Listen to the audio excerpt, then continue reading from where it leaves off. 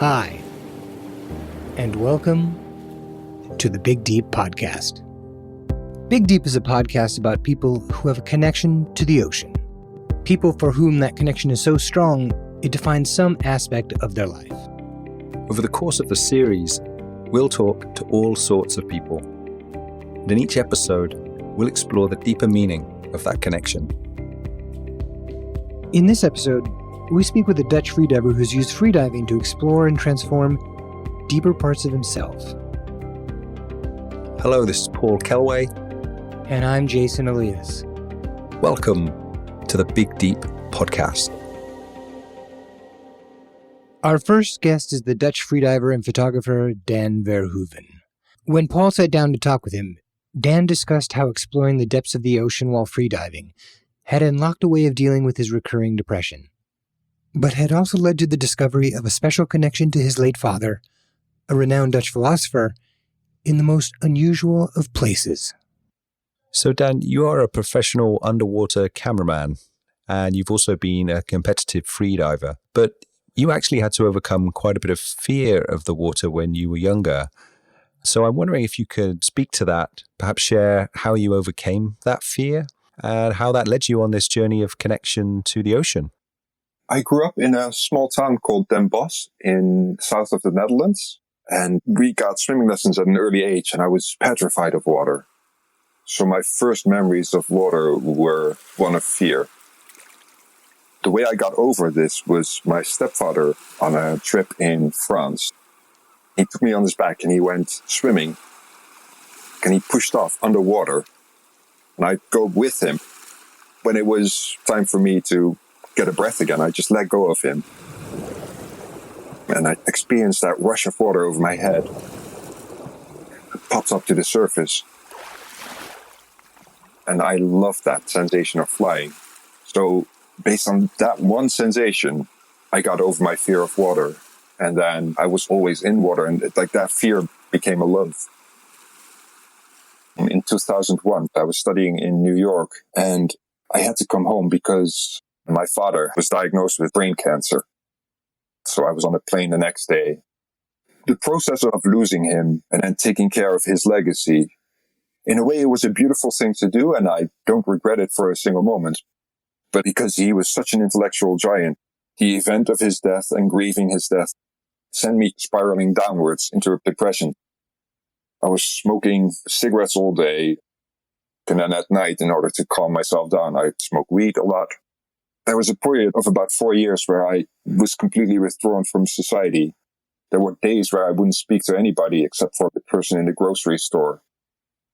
I think part of me realized I need to find something to get out of this. I need to grasp something. So in 2005, I discovered freediving.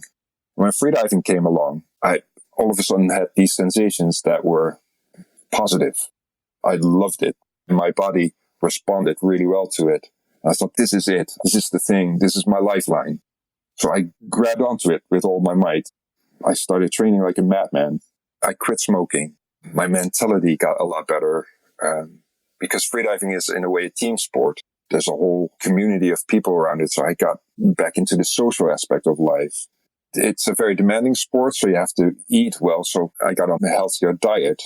So freediving was, for me, the lifeline to draw myself out of that depression. And I replaced something quite negative and depressing with something really positive and optimistic. So clearly freediving was a very positive influence for you in terms of working with your depression, working with your mind. And I'm just wondering, did fear also show up in your freediving? Is that something that you had to work with in that context? And if so, how did it show up and how did you work with it? I had it once I started hitting 55, 56 meters. I started experiencing you have to get everything right. It's no longer a very easy dive. This is going to be also tricky on the way back up. And I accept that challenge. So I accept both the challenge of the dive itself and the challenge of what fear is trying to hold me back from. And then it helps you relax even more because you acknowledge that fear. You're there. I understand why you're there. Thank you for your warning. I'll take it into consideration, but I keep going anyway. And then on the way back up, there's that gratification of conquering a bit of an inner demon. Because I used to be so fearful that I didn't do things. And now it's okay, I can conquer it. It's like every time I do this, I kind of conquer my depression a little again. You know, I win again. And I think most people who've been through depression can relate to that. Every day there's a bit of a struggle. And every day there's a bit of a victory when you come through it and you've not given into it. So within a dive, you can have those feelings and overcome them. And at the same time, experience the loveliness of a deep dive. Because there is nothing quite like a deep dive in this world. It's almost as if you're sort of having to look at yourself under this very intense lens, and then from that, change is happening. When you freedive, it is like a lens or like a mirror for yourself. If you hold your breath doing anything, the first thing that is going on inside your body, it will pop up, augmented. What would happen to me during a long breath hold was this big no in my head, this big gray cloud. It can help you explore that. It can help you deal with those feelings. So there's no hiding underwater in that sense. No, there's no hiding from yourself. Because if you stop your breathing, you become this self-contained thing. You're in the water. The water is carrying you, so you don't have to fight gravity or anything. All that there is you and your awareness, this little speck of awareness. That awareness goes somewhere. It can't go to the breath anymore. No, it goes inside your psyche or inside your body, and it goes like, what's going on here? It can help you explore that. It can help you deal with those feelings. I think we sense in the sea, it's such a humongous presence. And even on calm days, you can feel that it has depths that we don't know. And it has energies that we can sense. That moment, and you're feeling one with the water. You lose a bit of sense of self and you become more at one with something larger than you are. It's kind of like being one with a god. So as soon as you step into it, you feel part of something that's so much larger than you are. That sounds like a really amazing underwater experience. You also competed in freediving, Dan, and I wanted to ask you to talk about that. How far did you take the competitive side of diving, and what kind of impact did that have on your life? I started competing in 2006 because I noticed that I quite like the atmosphere and the ambience around competitions. I wasn't sure about competitions at first because at that point I didn't quite see the point of going as deep as you possibly could.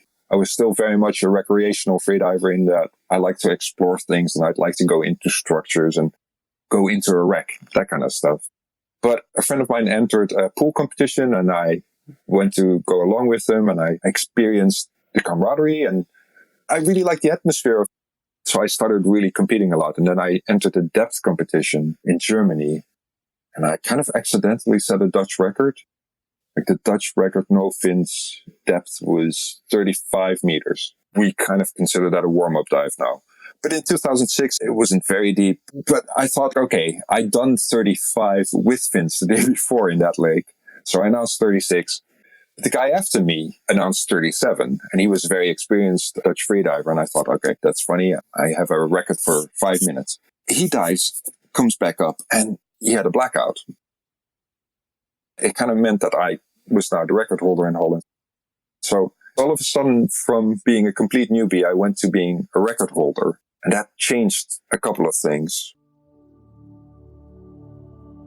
One of the things that changed was people started noticing me in the freediving scene. It's a tiny little scene in Holland, and people started looking at me going like, hey, you're doing something here. And I didn't quite like that. I felt like I was diving more for numbers than I was for experience.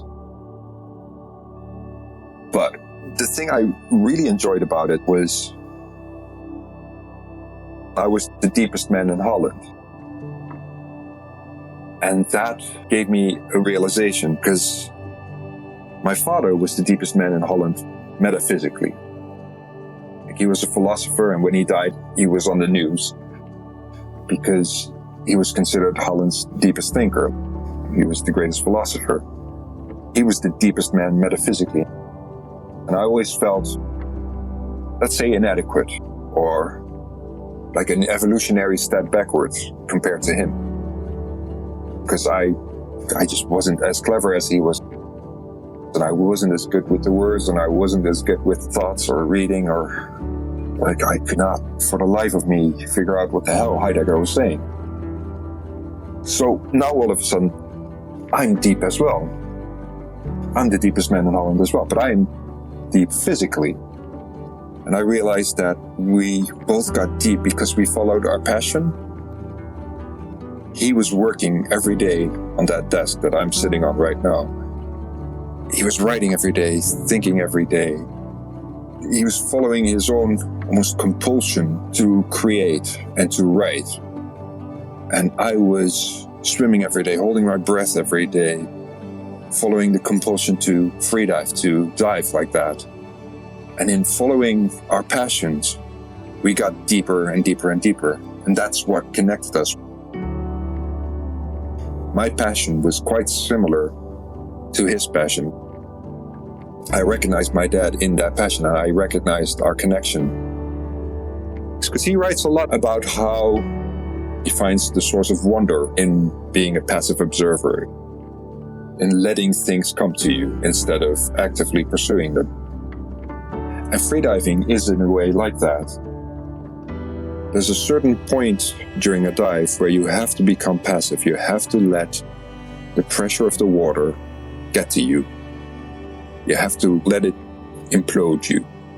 It's a surrender to gravity. If you fight it, you will lose. The water is so much stronger than you are. It will crush you. But if you let it happen, it happens. So freediving and philosophy do have a couple of meeting points where I think if I were to talk to my father about it, he'd recognize it. You sort of found him underwater with your own exploration. Yeah, it's a very unlikely place to find a father who can't swim.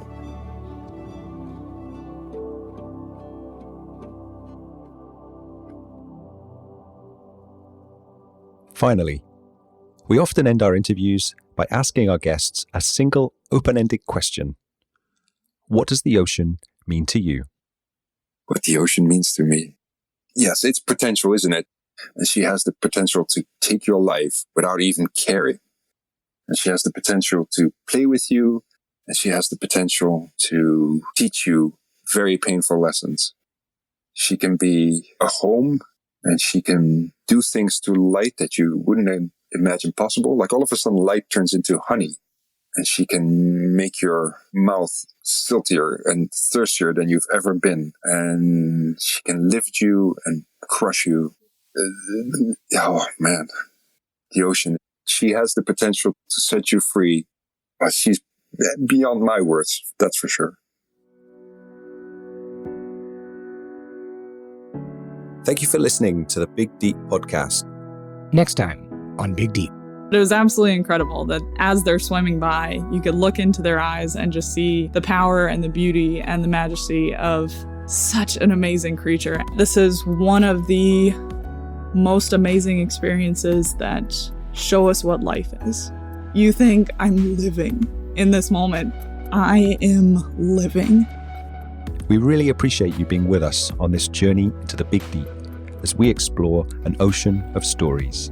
If you like what we were doing, please make sure to subscribe, like, and comment on our show in iTunes, Overcast, SoundCloud, or wherever you catch your podcasts. But those subscribes and likes really make a difference. For more info on our guests, extra audio and photos, as well as updates on anything you've heard, you can find a lot more content at our website, bigdeep.com.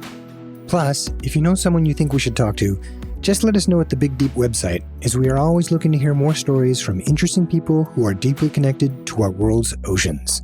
Thanks again for joining us.